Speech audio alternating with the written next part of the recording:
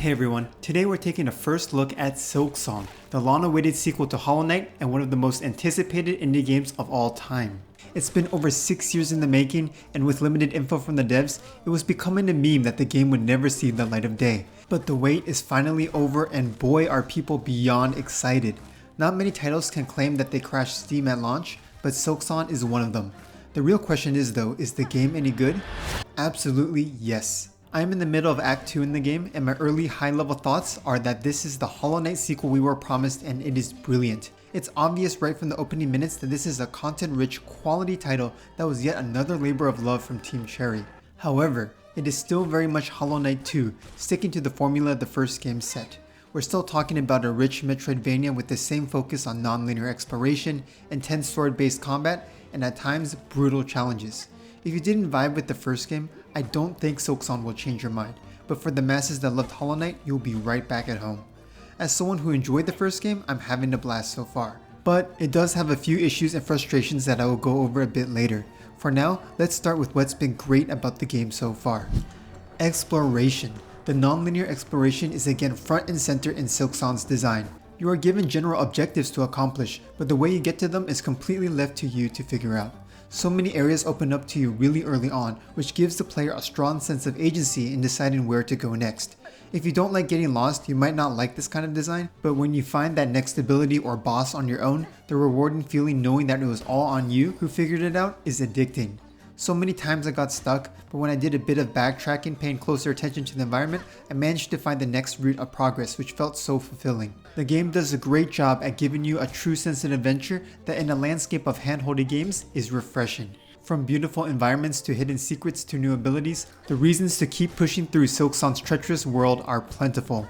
The team did a great job pacing the different set-piece moments to keep egging you on to play more. Whether it was sensing an exciting boss fight around the corner or finding the entrance to a new mysterious location, there's been always something to look forward to. It's the same tried and true gameplay loop as Hollow Knight, just refined even more here. The constant navigation across the different maps would have been more frustrating though, if it wasn't for what I love most about Silksong so far: the movement. Movement is probably where I'm feeling the most amount of improvement over the first game. The original Hollow Knight was already pretty slick with its platforming, but the physics and jump weight in Silksong take it to another level. Controlling Hornet is crispy. You start out with a similar moveset as before, with the exception of a different down aerial, but your arsenal of movement options gradually open up in ways that the first game did not. The swift step dash alone allows for so much player expression, it's kind of crazy. It's hard to articulate exactly why it feels so much better to play than the first game, but Hornet is a bit faster, snappier, and it just makes interacting with all of the elements of the game a little bit more mechanically satisfying. Expert players are going to go absolutely crazy with how high the skill ceiling the movement mechanics allow, and I'm all for it. The other half to Silksong's mechanics is the combat, and no surprise, it's fantastic. The flow of hitting and dodging feels very similar to the first game, but just like her movement, Hornet's combat options allow for even more dynamic gameplay.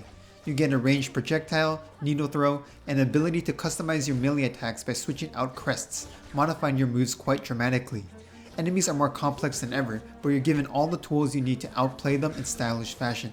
My favorite change though is the Silk resource system that replaces the soul system from the first game.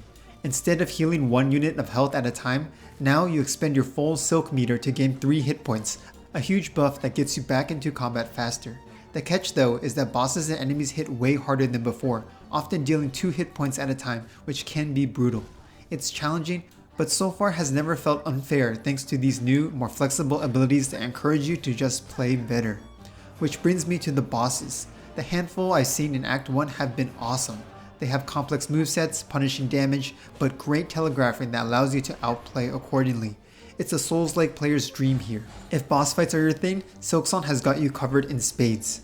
However, here's where we get into the frustrations I've experienced in the game.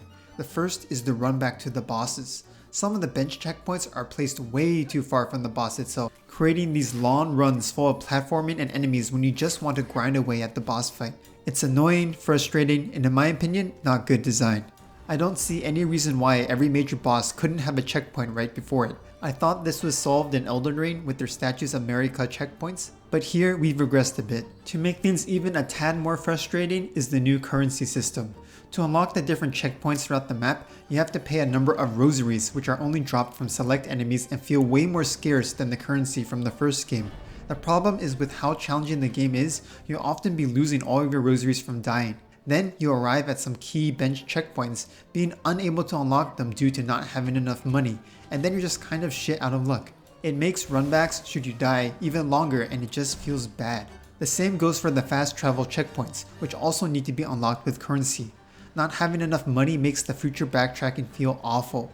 It just seems like a contrivance just to inflate the difficulty, but it's just not fun. Again, I just don't see why benches can't be free like they are in every other Souls-like and Metroidvania game. I hope Team Cherry considers changing how this works in a patch, or at least consider rebalancing the currency drops. Lastly, there's one specific section that I found frustrating because the game essentially gates you in a rather large part of the map, but forces you to complete a side quest to unlock a necessary ability in order to escape. The issue is that there's no indication that this quest is actually mandatory. It looks like all of the other optional quests in the game, so I got stuck for a long while wandering around for like an hour before realizing this quest was the only thing I could do to progress. It just feels so different from the rest of the game's structure that it left a bit of a sour taste in my mouth. Yes, those were nitpicks about the game, but don't get it twisted. I am really loving my time with Silksong. The exploration, aside from some frustrations, has been top tier. Platform mechanics are top tier. Combat 2, looking amazing. I am very excited for the rest of the game and can already say that this is a $20 well spent. Now again, if you didn't like the first game, Silksong will unlikely change your mind, but for the millions of Hollow Knight fans out there, well, you're probably already playing.